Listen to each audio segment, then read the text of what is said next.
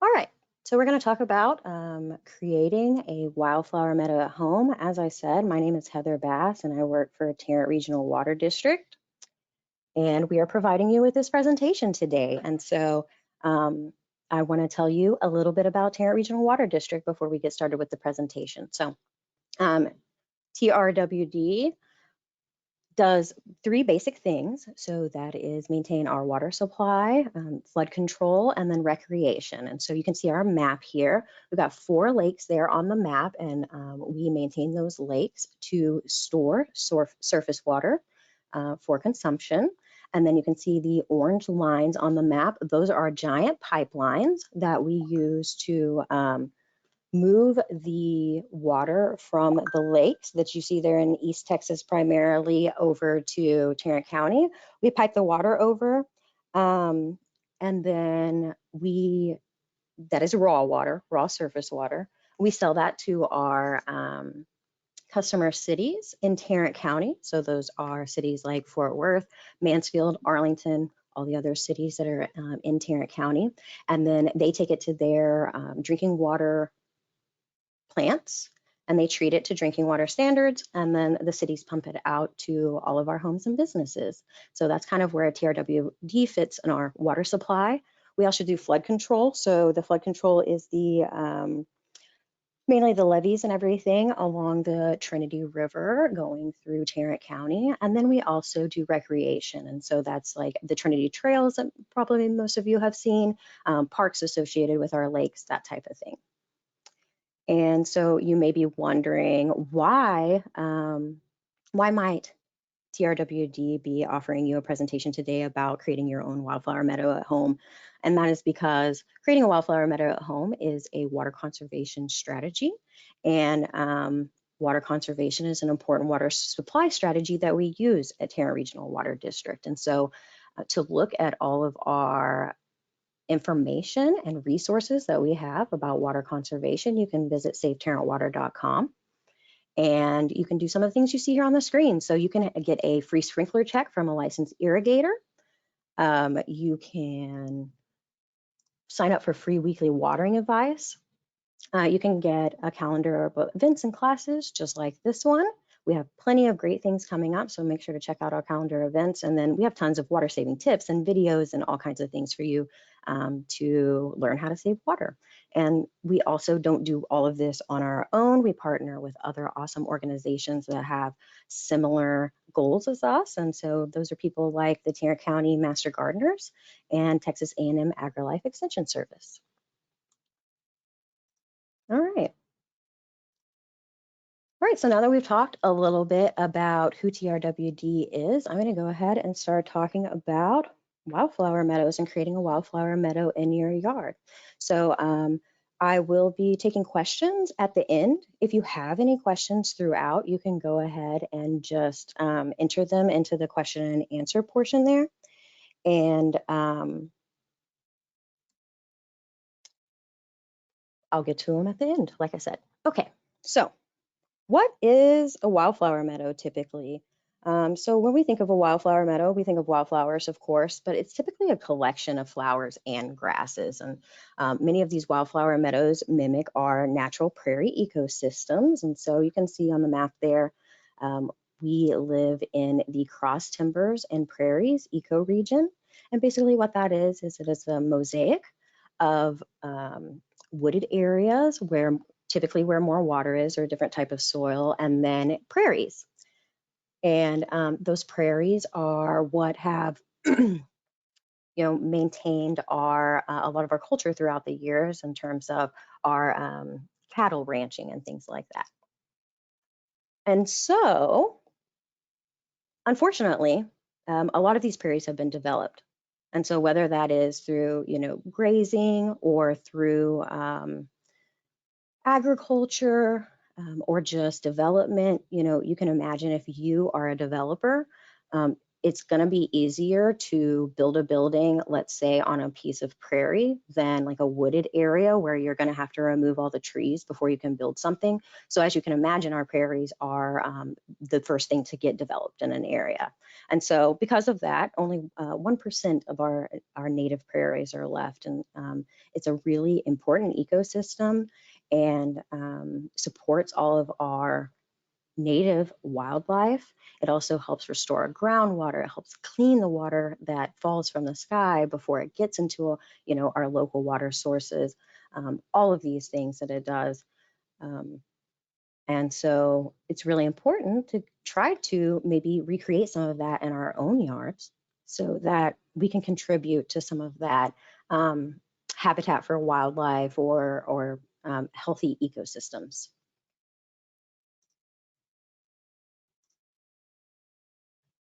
So why might you want to plant a meadow at home? Well, it's a great low maintenance feature. And so a lot of people plant it in an area where maybe it stays really hot, really dry. You don't get a lot of irrigation, or maybe your irrigation system doesn't reach over there. It's hard to water for whatever reason. Maybe it's sloped or something like that.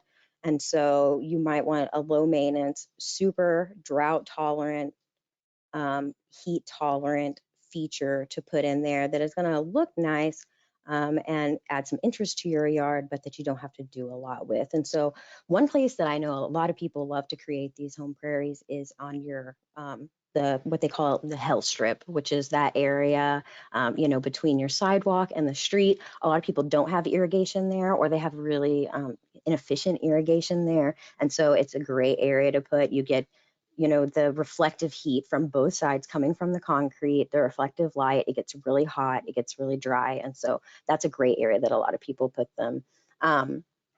But just in general, increasing biodiversity. So it's great to have all these native plants around. We are supporting our local pollinators, as well as other local wildlife. It helps to reduce flooding. So as you can imagine, when we do get rain, a lot of times it comes hard and fast. And so what that means is that that water just, if you have like a short lawn, that water just flows right off. But if you have a feature like this that has a taller vegetation, it's going to soak up more water, capture more of that water, reduce some of the flooding that happens when we do have a lot of rain at once and we get flash flooding, particularly in our neighborhoods. And then it is going to slow that runoff, take some of those, chemicals or whatever out of the runoff, clean it before it goes into your storm drains on your street. Having these plants also increases water infiltration into your soil so that when it does rain, you can keep some of that water that is coming on your property. And so what you can see here at the bottom left of your screen is a diagram of a native prairie.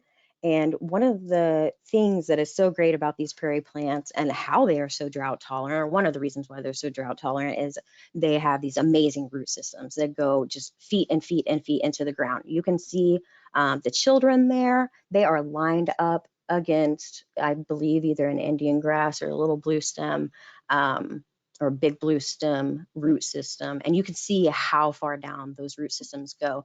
And you know how hard our clay soils are. And so you can see how those roots can break up that clay soil all the way down very deep, allows that water to infiltrate further down so that when it does rain, our soils are keeping a little bit more of that water, and then the plants can access it a little bit more as well with those deep roots. And the little sad roots over to the far left that you see circled in the red circle, those are St. Augustine roots.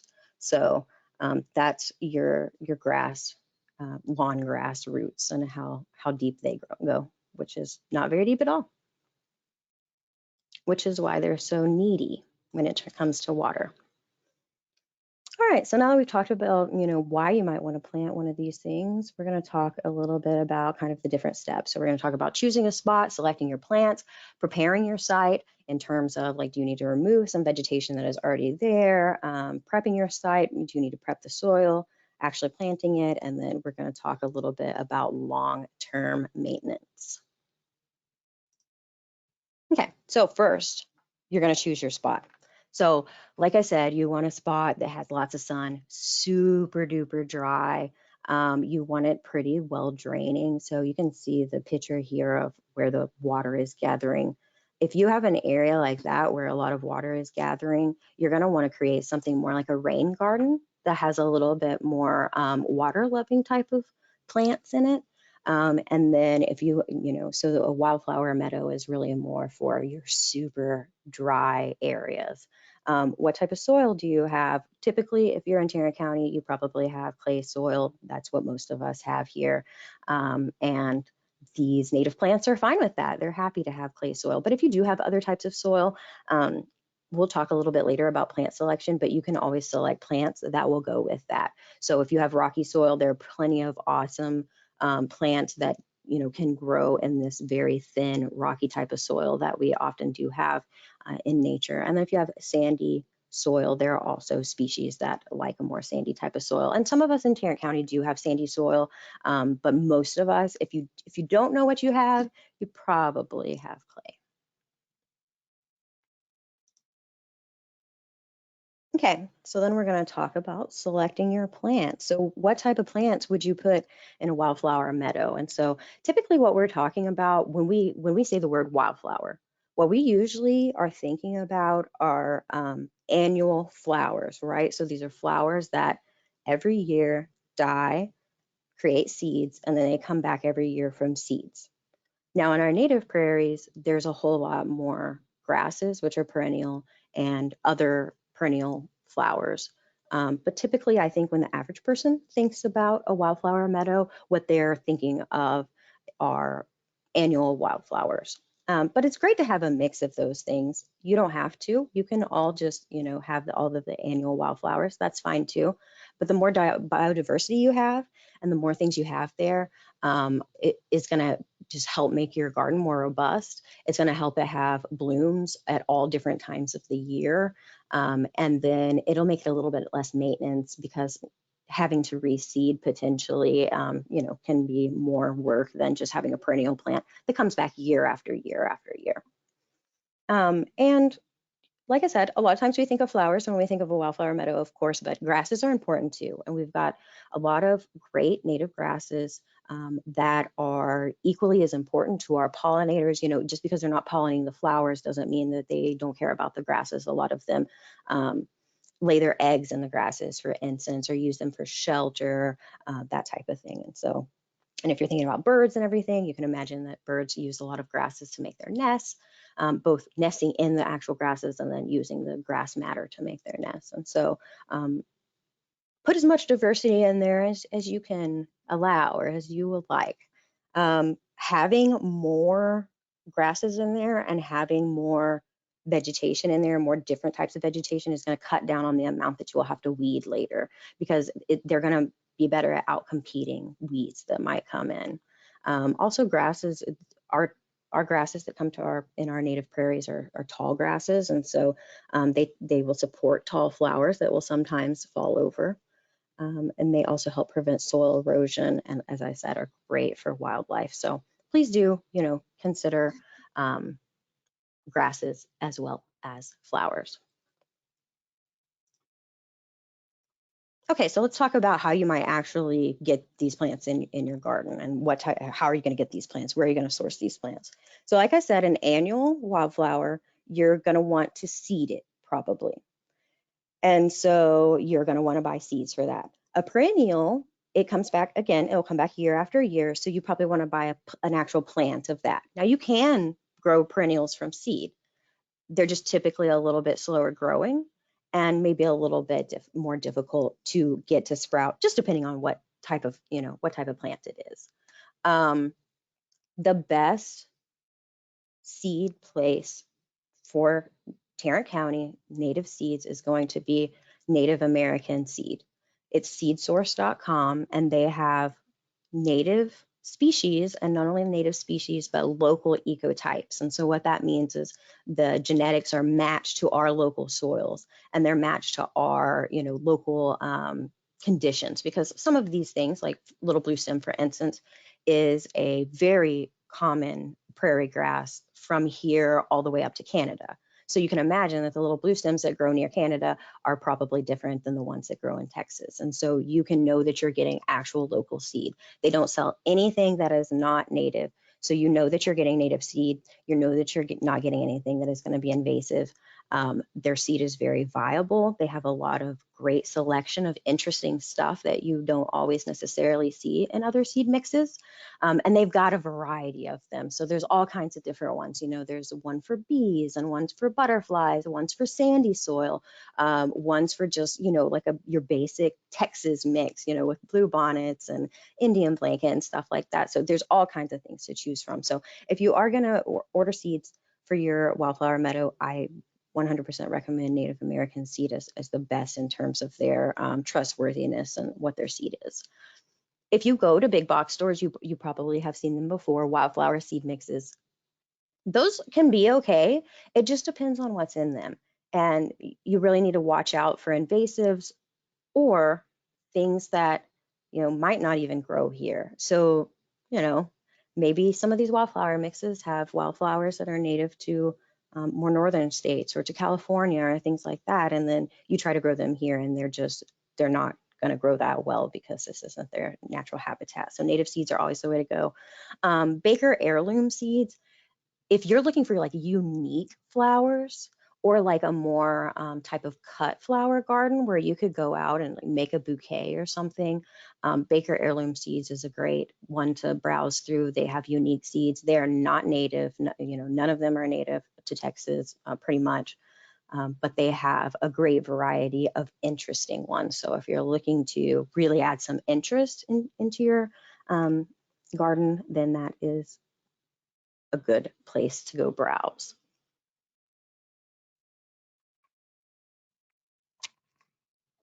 Okay, so let's see. All right, next we're going to talk about prepping our site. So just to sum up the last one, seeds if you want annual wildflowers, if you want perennial flowers or grasses, I would go with planting an actual plant. Okay, so we're going to talk about prepping our site. So you've chosen your site, you kind of know what seed mix you want or what wildflowers you want or whatever, and so now we're going to prep our site. So you've kind of got two different situations. You might have an area that is already pretty bare, like maybe a lot of your grass has already died in that area, and that's how you know that it's maybe a good place for a wildflower meadow. In that case, you might not have to do that much site prep. But if you have an area that already has weeds growing in it or grass growing in it or whatever, then you're going to need to do a little bit more to prep your site. So you can't really just seed straight into, I mean, you can seed straight into it, but you're not going to get as much germination and as much growing out of it, depending on what you're seeding into. And so you want to try to remove all the vegetation you can on the site before you plant all your seeds. And so you're going to definitely want to, plan ahead. Where is your site? If you have aggressive things growing, and what I mean by aggressive things is Bermuda grass or maybe St. Augustine. St. Augustine, I would just say just stop watering it and it'll go away after a little while probably. But Bermuda grass, Johnson grass, if you've got King Ranch blue stem or something like that, those are going to be way harder to take out. And so it might take you a longer period of time to do that. And you might want to solarize your yard, or the area of your yard, which is going to take months. So you're going to make sure to think ahead of time and see, what your site is like and what you're wanting to do. Focusing on the perennial weeds, definitely. The annual ones are typically going to be pretty easily outcompeted by things, and especially if you want to put mulch down. So the perennial weeds are the bad ones. Make sure you're taking the roots up if you're hand weeding. But there's kind of some different things that we're going to talk about. So we're going to talk about sod removal, solarization, and herbicide. Okay, so let's talk about sod removal first. Let's say you just have sod. You've got whatever, St. Augustine. You can basically just kind of just cut that out, basically. You can use a sod cutter if you want, if you have access to that, or if you can rent one. There's manual ones, there's gas-powered ones, but You don't necessarily have to rent something. If you have a large area, I definitely recommend using, a machine powered, sod cutter. But if you have a smaller area, it's definitely something that you can just do by hand. With a flat shovel, you would just go, like a few inches below the soil level, maybe like 1 or 2 inches. Try to get as many of the roots out as you can, and just kind of, you're just going to scalp it, like just scrape that stuff right off, basically, right? And so at this point in time, you are going to want to do this in either early summer, late fall. Remove so that you can do this right before you're going to plant, right? So water your yard first. It's going to be so much easier to remove if it's not, completely hard clay. So you're going to want to water it a little bit, soften it up, cut your sod out, and then you can do that right before you put your seeds in the ground. And then you don't want to leave it bare for long, because if you leave it bare, things are going to start growing. So you're going to want to seed right directly after that. So this is your first option. If you've got sod, you just cut the sod out. If you've got something like Bermuda, it's going to be a little bit harder to take out. And so we'll talk a little bit more about that on solarization. So if you've got something, like I said, King Ranch Blue Stem, Bermuda, Johnson grass, those are going to be aggressive, and you're probably not going to be able to get rid of them by just like removing the roots and stuff, unless you're really, really attentive. And so what solarization is you're basically just baking it like in an oven. You're covering it with plastic during the heat of the summer, and you're using that heat to just kill everything that is under there. And so again, this is for, smaller areas. Obviously, you're going to have a giant sheet of plastic. So you've got to make sure that it's a small enough area where you can have that sheet of plastic. If you have aggressive weeds, the ones I talked about, this is great to do. It's minimal maintenance. You don't really have to do much. So with the sod cutting, it's labor. With this, you don't have to do as much, because you kind of just put the stuff down, let it all die. But then this does take time. So you want to do this at the beginning of the summer. So if you're seeding in the fall, you want to, at the beginning of the summer, start solarizing your stuff, so that all throughout the heat of the summer, where it's hot and horrible, everything's under there just completely baking and dying. And then in the fall, you should have a blank canvas where you can plant your stuff. So you want to mow it really, really, really far down, as far as you can. And then you want to get clear UV stable tarp. So clear is best. And then you can, particularly if you have something like Bermuda grass, it's great to dig a trench around it, to put it down in the trench so that the weeds can't creep in from the side, basically. But you don't necessarily have to do a trench if you don't want to do a trench. You could do like landscape staples to hold it down. And if you don't do the trenches along the side, which also help to hold it down. And then put landscape staples throughout it, make sure it's all like packed down. And then you can use greenhouse repair tape or clear packing tape to patch it whenever you see a hole. So it will get holes in it, like something's going to happen, either like a little animal or a plant grew up through it, something's going to happen. You want to make sure to patch that hole as soon as possible, because you're letting out all your good heat, right? So get your clear tape out, and as soon as you see a hole, go and patch that hole. Okay, so all right, here we go. Here's our steps. Mow the site, remove any large objects, remove anything, remove everything you basically can. You can dig the trench around the outside of the perimeter by hand, or using a trench digger like you see right here. And again, that just having the trench really helps keep the weeds from like coming in, and then also helps to keep all your good heat inside. But you can also use landscape staples to put it down. And then you want to put, if you have a large area, even if you have a trench, you kind of want to put landscape staples throughout so that it stays packed down and doesn't like blow away or whatever. All right, deeply water your site. Again, you want it to be moist when you put this on, so that moisture is going to build up like a greenhouse, right? So place your plastic, bury your edges, check for rips. So you see here's a picture right here. You've got your a little bit of green growing through, and you got to come over there and put your put your plastic tape on so that that doesn't happen. All right, and then in fall, you're going to remove your plastic. You're going to see if you've got anything remaining there. If you see anything green, this is when you're going to want to just hand pull it or dig it up. If you see anything green, it's probably going to be something that has pretty good root system. So you definitely want to pop that out. And then, like I said, plant your seed mix, just like the other one. Plant your seed mix immediately after, because as soon as it's exposed, it's going to start growing things.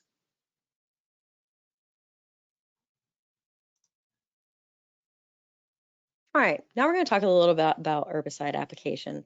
Herbicide, using chemicals to remove weeds is what herbicides are.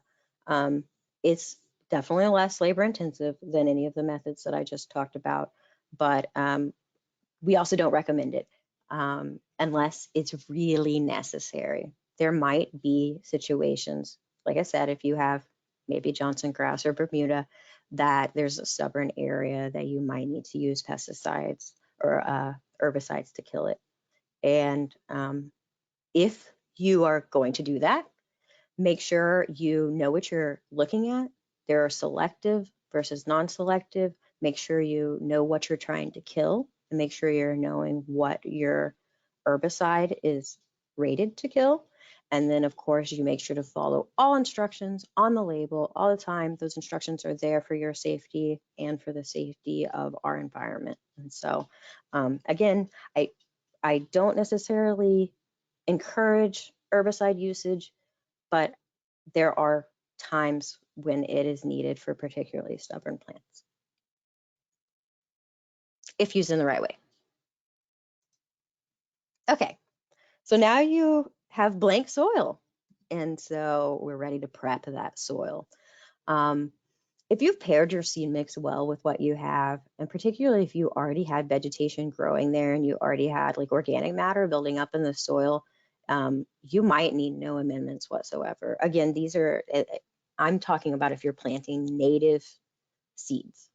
So if you're planting native plants or planting native seeds, you don't necessarily need any soil amendments, because our soil is fine for these native plants. It's what they're used to.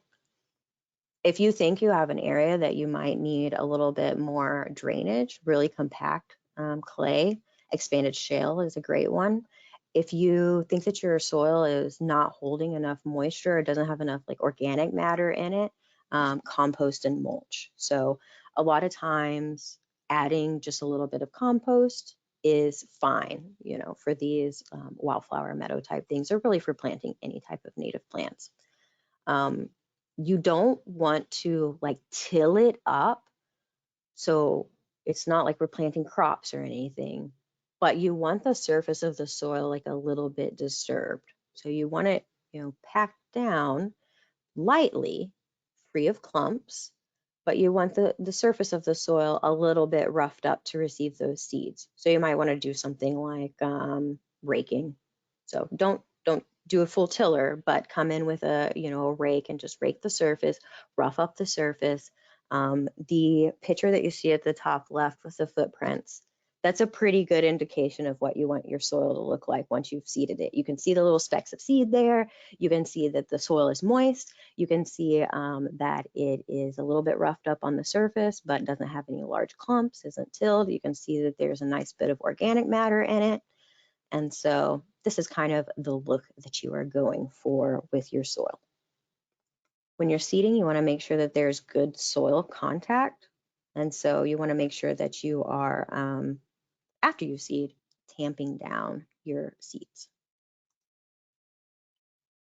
All right, so you can plant your wildflower seeds in the fall or the spring.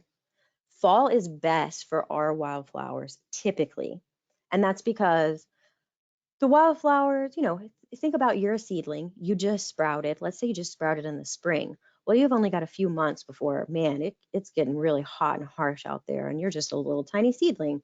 But if you're planted in the fall, you know, you have a little bit longer time to kind of establish yourself before it gets into a hostile environment.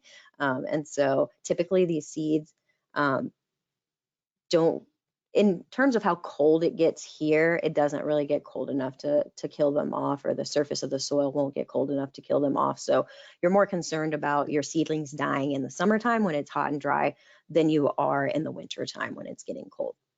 So what you really want to do is time your seeding to the rain. So what you want to do is you want to try, if you possibly can, and of course it's so hard to predict the rain, right? But you want to try to seed your stuff right before it's going to be pretty constantly moist for at least, 2 to 3 weeks or so is what you're looking for. So if you know that a lot of rain is about to come, like hopefully now, like you're thinking about seeding in the fall, so you want to get your seeds in the ground before the fall rains come, right? Which are hopefully coming any minute now. And so really, it's better to look at, in terms of times of year, it's better to look at when your rainfall is coming rather than look at things like, the last frost of the season or an actual date or something, that is great to plant at. Try your best to time yourself with the rain. If you get a seed mix, like from Native American seed, let's say for instance, and it has a mix of wildflower seeds and grass seeds. Well, grass seeds are dispersed by the wind. And what that means is a lot of times they have like fluffy stuff attached to them so that they can catch on to the wind. And they're also really light. Wildflower seeds are typically heavier. And so if you have like a whole mix and you can't separate it out, I recommend not using like a mechanical seeder, or like, the thing that you push and it spins the little thing and the seeds come out, because what will happen is all of your wildflower seeds that are heavy will all come out, and then all of your grass seeds will just basically be stuck in there and they won't come out. So hand seeding is the best. You can mix the seeds with something like sawdust or sand. And what that can do is it kind of bulks up your mixture a little bit, and it makes it to where you can see better where you're spreading your seed. So as you can imagine, if you have brown seeds on brown dirt, and then after you've seeded an area, like you might have to look pretty close to see if you've actually got seeds on that area. But then if you have brown dirt and then you have, sawdust or sand in it, it's a light color. And so you can kind of see. It also kind of adds a little bulk to it and helps it out, helps it keep some moisture and everything. In terms of seeding rate, so how much seed do you buy, right? How much seed do you spread? Well, typically when you buy seeds, there will be a seeding rate on there. So it'll tell you, like if you're buying a packet of seeds, it'll say this packet should cover, 100 square feet or whatever it is. If you're going to Native American Seed and buying from them, it will have two different seeding rates. There's a garden seeding rate and a range seeding rate. And so the range seeding rate is for if you had a ranch with like acres and acres and acres that you're seeding, so it's a lower amount, you're going to want to probably go for the garden one. So the garden one, it's going to have a whole lot more seeds in a smaller area, and you're going to get a lot more dense growth of all your stuff. And you're going to put the seeds on the ground, you're going to press the seeds in. You can just stomp on it with your feet, or you can use something like a roller, like you see the person here in the picture using. And then you want to water it in. You want to water it in really deeply. Now, you don't want it to be muddy, and you don't want a lot of water together on the surface because it's going to move your seeds around. But you want to make sure that you're watering good and deep. And like I said, you want to make sure that if it's not raining, that you're keeping it moist for a good amount of time to let those seeds sprout and establish and everything. Again, hopefully you are timing it to the rain though, and you don't have to do much irrigating yourself or watering yourself at all. Hopefully nature is doing its part. So what are you going to do afterwards? So you want to keep it moist, damp for 2 to 4 weeks afterwards.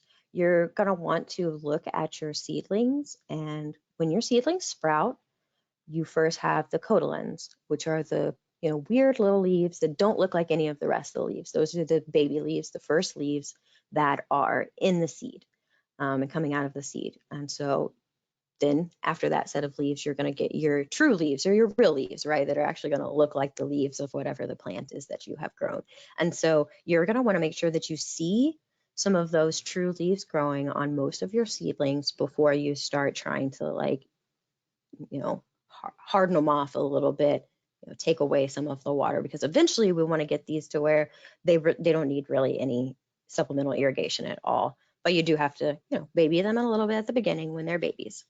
If you don't have to water, like if you don't need it, if it's raining and everything, just don't do it.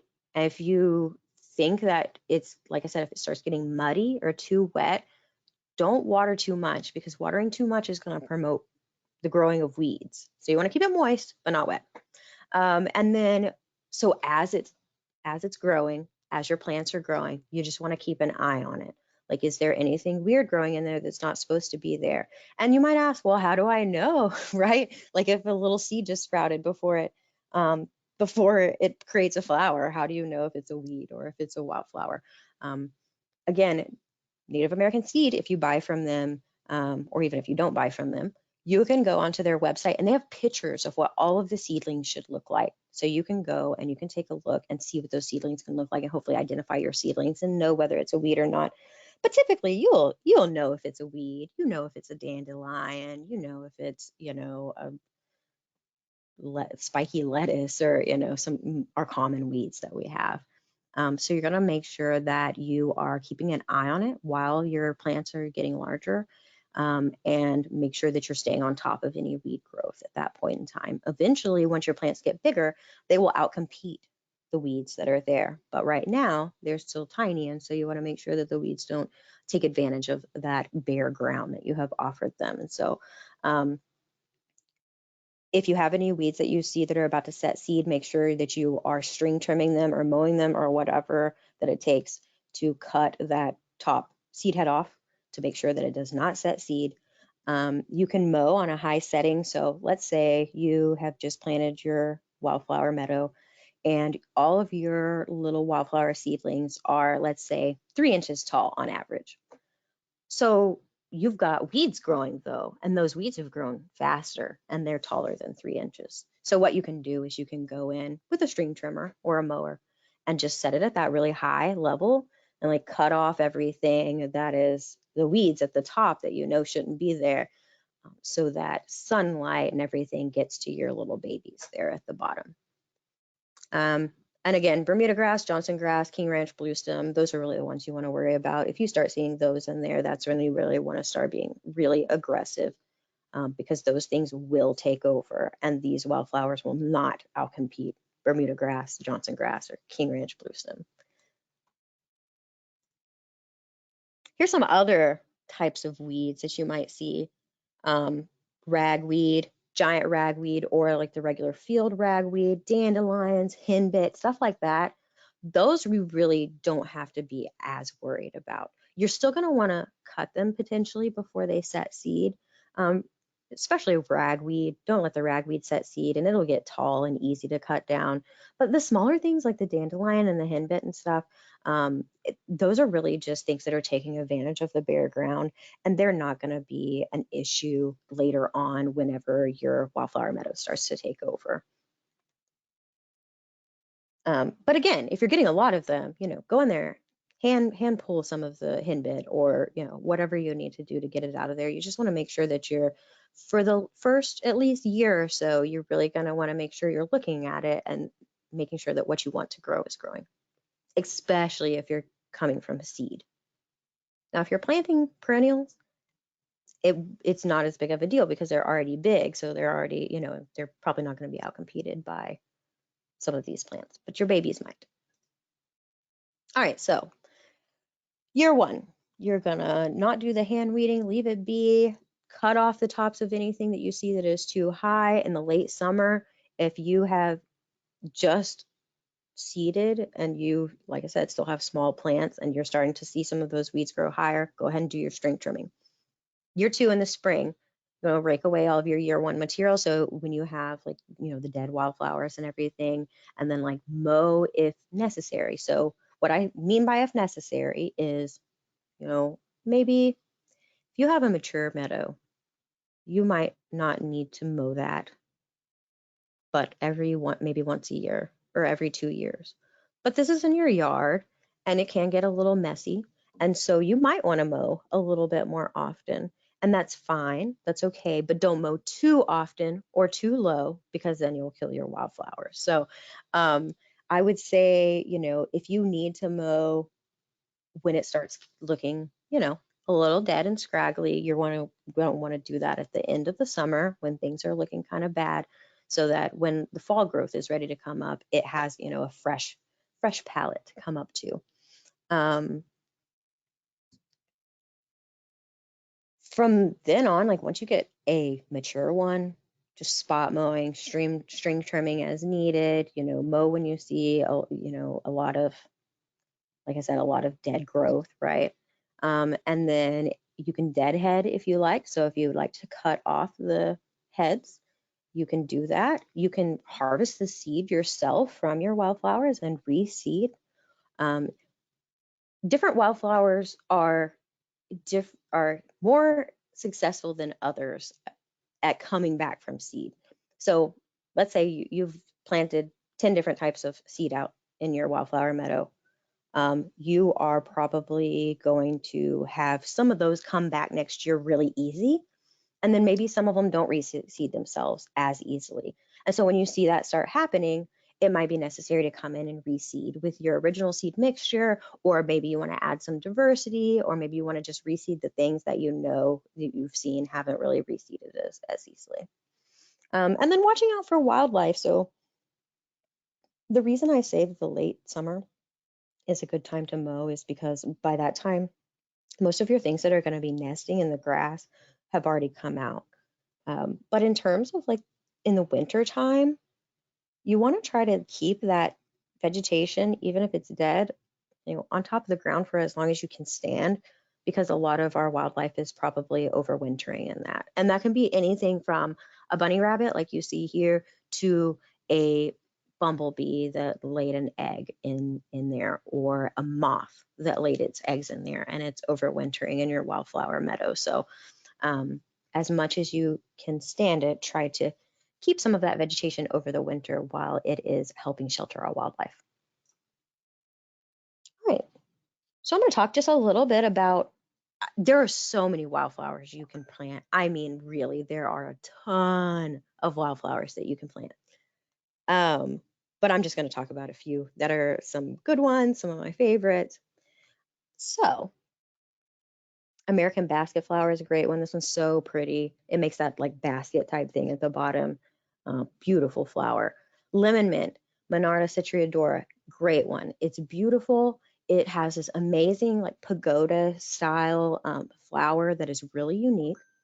You can make tea out of it, as lemon mint um, suggests, and it tastes like a minty lemon kind of taste. They're also so easy to reseed themselves. So these are ones that once you plant them, they are um, pretty good at continuing to reseed themselves year after year. Purple prairie clover, beautiful prairie clover. These create tons of awesome flowers. They'll create like a pretty big bushel. Once you seed those in, they'll typically stay around, and bees love it. Bees love those. Maximilian sunflower, super easy to grow, will grow super big and tall in the driest, worst, hottest place, but it'll also spread. So this is one that if it can be aggressive. So just keep that in mind before you plant it. Either have it in a contained place, or have it in a place where you don't mind if it spreads, or have it in a place where it's hard to get anything else to grow. White rosinweed is a great one. Compass plant. These are beautiful plants. They call them, I believe, in the ranching world, they call them ice cream plants because apparently cows love to eat them. But they're beautiful for our meadows and have great properties for pollinators. Green thread is a great one. There's tons of little yellow flowers, right, that grow in our prairie. So green thread is a great one. Purple cone flower is an excellent perennial. It will come back year after year. Again, echinacea, you can make tea out of it. So that's a really cool one to have.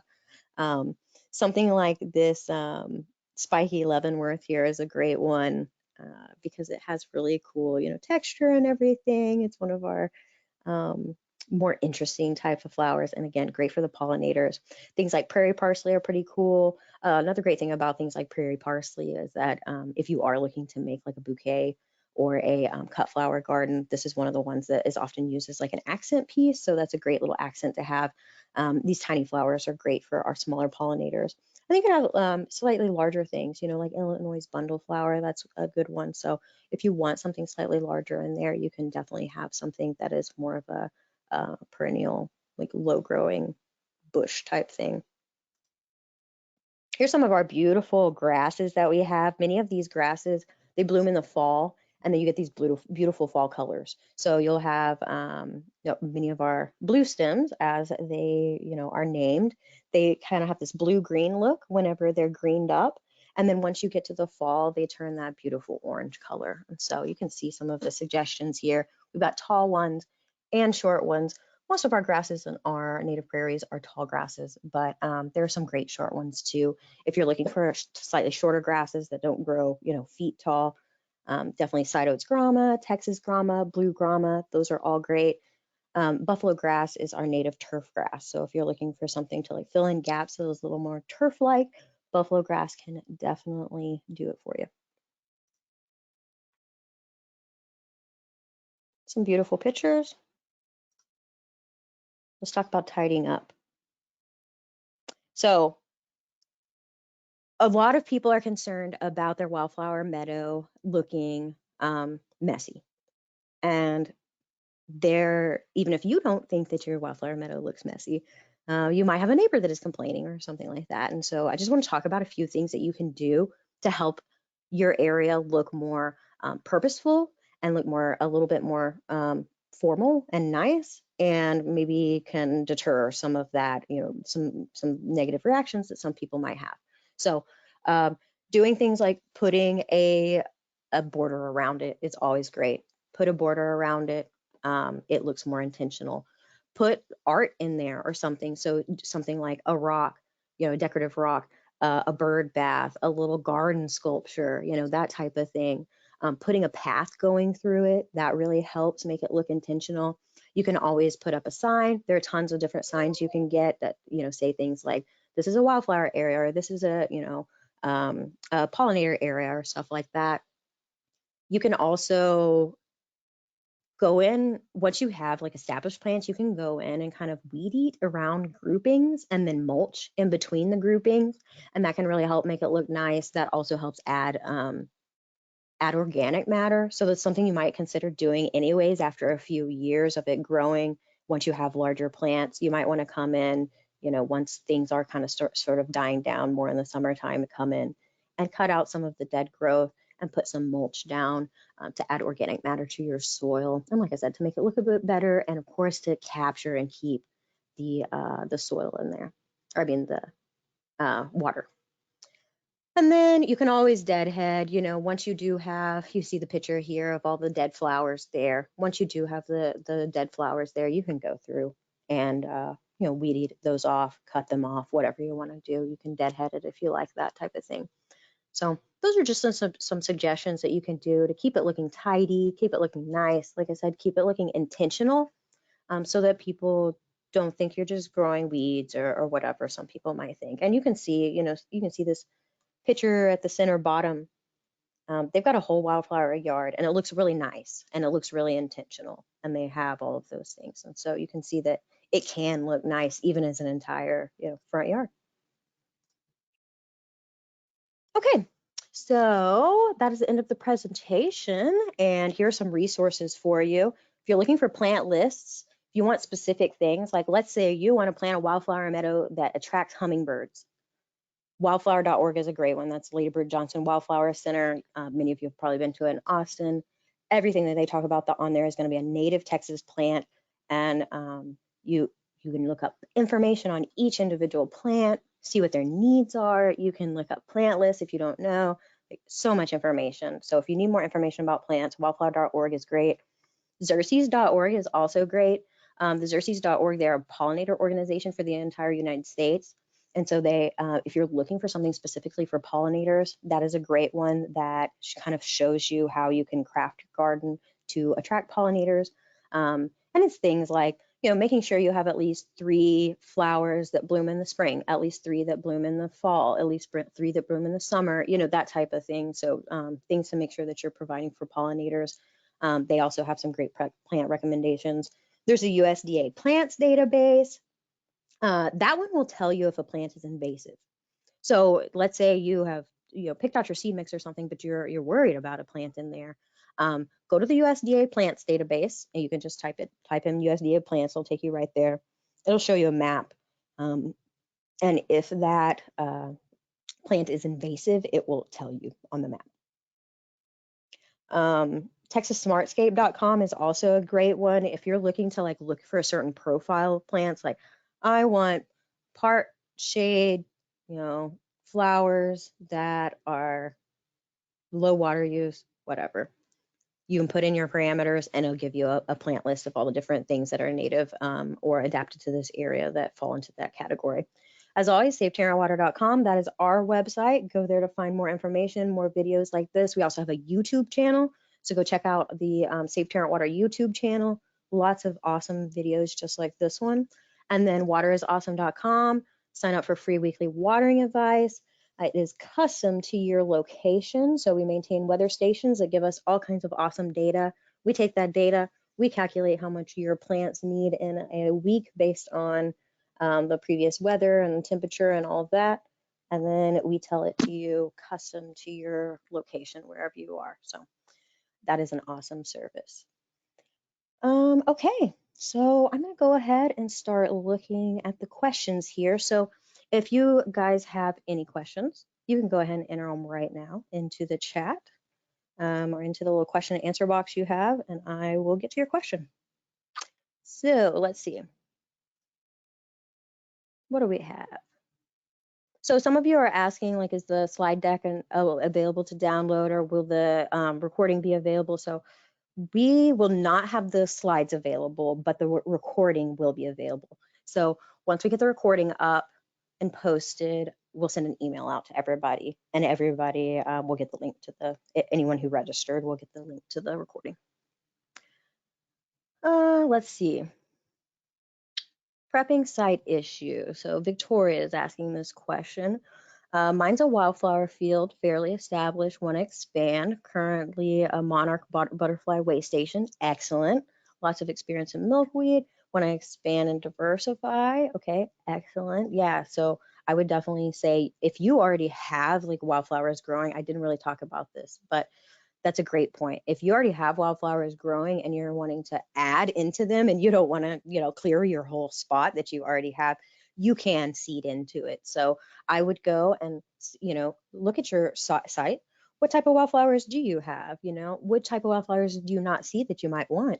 Or that type of thing. Then go look at your seed mixes, see what has a good variety of things that you don't have, and go ahead and add that diversity in. And so you can seed straight into it. You're not going to get as great of germination rates potentially, but there are advantages to seeding into it too. Some of these plants, we call them a nurse plant, and they're kind of providing a nice little microclimate, like shading the little seedlings, right, so that they can go ahead and grow up before having to face the harsh environment. So you can definitely seed diversity into a wildflower meadow that is already existing. Someone's asking, clear or black plastic for the solarization. You can use either, but clear is the way to go, 100% clear. The black can have issues sometimes, so clear is great. Will solarization work to kill a trumpet vine? If not, what do you recommend? Ooh, trumpet vine is hard. You could try to solarize the area. I would go ahead and try it. Try to dig up, cut it as much as you possibly can. Dig up as much of the roots as you possibly can, and then try to solarize it if you can. But that is one of those situations. Like I said, there are some very, very aggressive plants, and that could be one of those situations where you either have to manually be on top of it all the time, just weeding everything you see out of there, pulling every single root you see on a continuous basis until it's dead, or you might have to go to herbicide. So that is definitely a aggressive plant. Someone says, thank you for the presentation. You are welcome. I'm glad you enjoyed it. Best milkweeds. What a great question. Yes, so we all want to support our monarchs, right? And if we want to turn our wildflower meadows into a monarch way station, we're going to have to plant some milkweed. So what milkweed should we plant? So green milkweed, so that's Asclepias viridis. That is a great one. We've got antelope horns milkweed. That is Asclepias asperula. That is also an excellent one. We've got Zyzotes or side cluster milkweed, and that is Asclepias inothyroides. That is a great one. And then we've also got butterfly milkweed, which is Asclepias tuberosa. That is one that probably many of you have heard of. That's our kind of most popular one that you see in stores. It's the one with the orange flowers. I say that because there are tropical milkweeds out there that I do not recommend buying, that you should not buy, that can be harmful potentially to monarchs. And they have a mixture of like red and yellow and orange on the flowers. So if you see that mixture, that is a no. If you see red, don't buy that milkweed. But the butterfly milkweed, the Asclepias tuberosa, is okay, and that is a solid orange flower, so all orange. The Asclepias tuberosas, a lot of people buy them because they look good. I think the other milkweeds look good too, but they have a flashier flower. They've got that orange flower. But sometimes they are not as great really for attracting those monarchs. And they also have less foliage and less vegetation, smaller plants in general than the other ones. So you need more plants growing to be able to support monarch caterpillars. So, so again, that is green milkweed, antelope horns milkweed, butterfly milkweed, and zyzotes, zyzotes, side cluster milkweed. Some of these have multiple names. What does it mean to deadhead flowers? Great question. That means that once the flowers are dead, you are just cutting off the dead parts at the top, leaving the rest of the plant alone. And for a lot of flowers, that will encourage new growth and new flowering.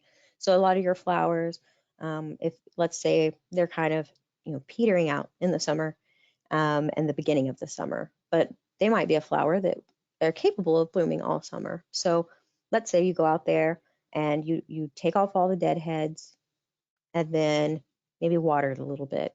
And then you'll get this like burst of new growth, right? Like kind of another growth cycle. And so that's some of the reasons why you might want a deadhead. It's not necessary at all, but it's something that you can do. Also, if you want to keep it looking a little nicer. Would you recommend starting a wildflower meadow on a slope? You definitely can. It can be great to hold in if you're having erosion on that slope. What you can do is on the slope itself, create your dry or wildflower meadow, and then at the bottom of your slope, create a berm, like build the earth up a little bit to capture that water that's coming down the slope, and then at the bottom you're going to want to put like a rain garden to capture that water down there at the bottom. So that's a great suggestion for a sloped area. Someone says greetings from Australia. Well, greetings. We might have different native plants, certainly, but I'm really glad that you enjoyed it. Should grasses be topped off at any point, particularly the blue grama? You can top them off if you want to. You'll start to see after like years of a grass growing, you'll start to see a lot of dead growth in there, and at that point, some of that dead growth is going to start strangling out itself. But that's only kind of really after years. At the beginning, you don't really have to do that if you don't want, but if you want to, you absolutely can. So in that case, what I recommend is after they have all bloomed in fall, wait until everything at the top looks dead. It'll completely look dead. It's still alive underneath the ground, but your grass will, it'll look dead during the middle of the winter. Wait until January or February if you possibly can.